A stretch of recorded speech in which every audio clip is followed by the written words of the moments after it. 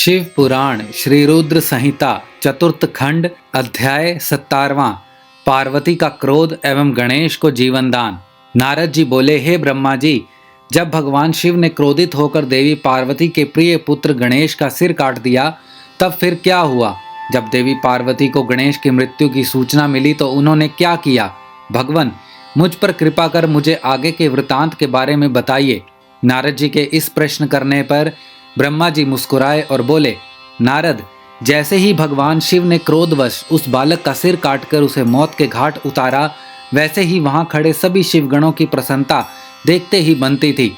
उन सभी ने खुश होकर गाजे बाजे बजाए और वहां बहुत बड़ा उत्सव होने लगा। सब मस्त होकर नाचने लगे। भगवान शिव की चारों ओर जय जयकार होने लगी। दूसरी ओर जब पार्वती स्नान कर चुकी तो उन्होंने अपनी सखी को बाहर भेजा कि वह गणेश को अंदर बुला ले, और जब वह बाहर गई तो उसने वहां का जो हाल देखा उसे देखकर भयभीत हो गई। गणेश का सिर कटा हुआ अलग पड़ा था और धड़ अलग। सब देवता और शिवगण प्रसन्न होकर नृत्य कर रहे थे। यह देखकर पार्वती की वह सखी भागी भागी भीतर गई और जाकर पार्वती को इन सब बातों से अवगत करवाया। अपने पुत्र गणेश की मृत्यु का समाचार पाते ही देवी पार्वती अत्यंत क्रोधित हो गई। उन्होंने रोना आरंभ कर दिया। रोते बिलखते हुए कहती, हाय, मैं क्या करूं, कहां जाऊं? मैं तो अपने पुत्र की रक्षा भी ना कर सकी। सब देवताओं और शिवगणों ने मिलकर मेरे प्यारे पुत्र को मौत के घाट उतार दिया। अब मैं भी अपने पुत्र का संहार करने वालों का विनाश करके रहूंगी। मैं प्रलय मचा दूंगी। यह कहकर उन्होंने 100,000 शक्तियों की रचना कर दी और देखते ही देखते वहां माँ जगदम्बा की विशाल सेना इकट्ठी हो गई।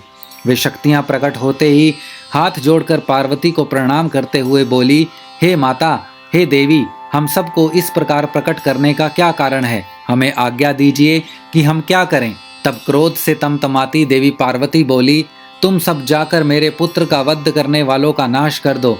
तुम देव सेना में प्रलय मचा दो। आज्ञा पाते ही देवी पार्वती की वह शक्तिशाली सेना वहां से चली गई। बाहर जाकर उसने देवताओं और शिवगणों पर आक्रमण कर दिया। वे क्रोधित देवियां किन्हीं देवताओं को पकड़ पकड़ कर अपने मुंह में डाल लेती तो किसी पर अस्त्र शस्त्रों का प्रहार करती। इस प्रकार उन्होंने वहां बहुत आतंक मचाया। वहां चारों ओर त्राही त्राही मच गई। लोग अपनी जान बचाने के लिए जहां तहां भागने लगे। यह नज़ारा देखकर भगवान शिव, मैं और श्री हरि विष्णु बहुत चिंतित हुए। हमने सोचा कि अगर इन दैवीय शक्तियों को ना रोका गया तो पल भर में ही देवताओं की समाप्ति हो जाएगी, इस धरा पर प्रलय आ जाएगी। सब सोचने लगे कि इस विनाश लीला को कैसे रोका जा सकता है।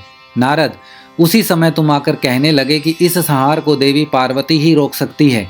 इसके लिए आवश्यक है कि उनकी स्तुति करके उन्हें प्रसन्न किया जाए। और किसी भी तरह उनके क्रोध को शांत किया जाए। सभी देवताओं को तुम्हारा यह विचार बहुत पसंद आया, परंतु देवी पार्वती के गुस्से से सभी घबरा रहे थे। उनके सामने जाने का साहस किसी में भी नहीं था। सब ने तुम्हें आगे कर दिया। हम सब महल के भीतर पार्वती के पास गए। सब देवता मिलकर देवी की स्तुति करने लगे और बोले, हे जगदम्बे, हे चंडिके, हम सब आपको प्रणाम करते हैं। आप आदि शक्ति हैं, आप परम शक्तिशाली हैं। आपने ही इस जगत की रचना की है। आप ही प्रकृति हैं। आप प्रसन्न होने पर मनोवांछित फलों को देती हैं, जबकि क्रोधित होने पर सब कुछ छीन लेती हैं। हे देवी, हम सब अपने अपराध के लिए आपसे क्षमा याचना करते हैं। हम सब के अपराध को क्षमा कर दो और अपने क्रोध को शांत करो। हे महामाई, हम तुम्हारे चरणों में अपना शीश झुकाते हैं। हे माता, हम पर अपनी कृपा दृष्टि करो। हे परमेश्वरी, सब कुछ भूलकर प्रसन्न हो जाओ और भयानक रक्तपात को रोक दो। इस प्रकार देवताओं की स्तुति सुनकर देवी चुप रही। कुछ समय सोचकर बोली, हे देवताओं, वैसे तो तुम्हारा अपराध सर्वदा अक्षम्य है, फिर भी तुम्हारी क्षमा याचना को मैं सिर्फ एक शर्त पर स्वीकार कर सकती हूँ। यदि मेरा पुत्र गणेश पहले की भांति जीवित हो जाए तो मैं तुम सबको क्षमा कर दूंगी। यह सुनकर सब देवता चुप हो गए, क्योंकि यह तो असंभव कार्य था। फिर सभी देवता हाथ जोड़कर करुण अवस्था में भगवान शिव के सामने खड़े हो गए और बोले, भगवान, अब आप ही हमारी रक्षा कर सकते हैं। जिस प्रकार आपने गणेश का सिर काटकर उसे मारा है, उसी प्रकार अब उसे जीवित कर दीजिए। देवताओं की प्रार्थना सुनकर भगवान शिव बोले कि देवताओं, तुम परेशान मत हो, मैं वही कार्य करूंगा जिससे तुम्हारा मंगल हो। भगवान शिव ने देवताओं को आदेश दिया कि उत्तर दिशा में जाएं और जो भी पहला प्राणी मिले उसका सिर काटकर ले आएं। तब उसका सिर हम गणेश के धड़ से जोड़कर उसे जीवित कर देंगे। देवता उत्तर दिशा की ओर चल दिए। वहां सर्वप्रथम उन्हें एक दांत वाला हाथी मिला। वे उसका सिर काटकर ले आए।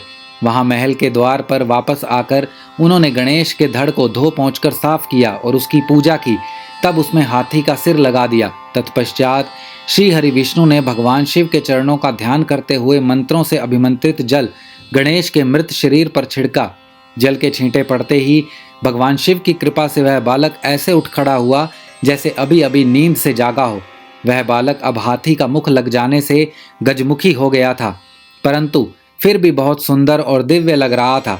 रक्त वर्ण का वह बालक अद्भुत शोभा से आलोकित हो रहा था। जब भगवान शिव की कृपा से पार्वती पुत्र गणेश जीवित हो गया तो सभी देवता और शिवगण अत्यंत प्रसन्न होकर नृत्य करने लगे। उनका सारा दुख पल भर में ही दूर हो गया। देवी पार्वती अपने प्रिय पुत्र गणेश को जीवित देखकर बहुत प्रसन्न हुई। उनका क्रोध भी शांत हो गया। श्री रुद्र संहिता चतुर्थ खंड अध्याय 17वां समाप्त।